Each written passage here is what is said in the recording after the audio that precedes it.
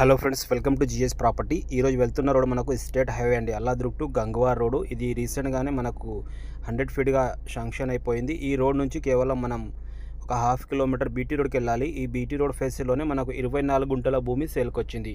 Video పూర్తిగా చూడండి. చాలా ఛాన్స్ ప్రాపర్టీ, అర్జెంట్ సేల్కి వచ్చింది. కార్నర్ ప్లాట్ ఉంటుంది మనకు, నార్త్ వెస్ట్. దీనికి ఫేస్ వచ్చేసి చాలా మంచి లొకేషన్లో ఈ ప్రాపర్టీ ఉంటుంది. ఇక్కడ కనిపిస్తుంది నక్షబాట రోడ్డు, ఇక్కడ కనిపించేది బీటీ రోడ్డు.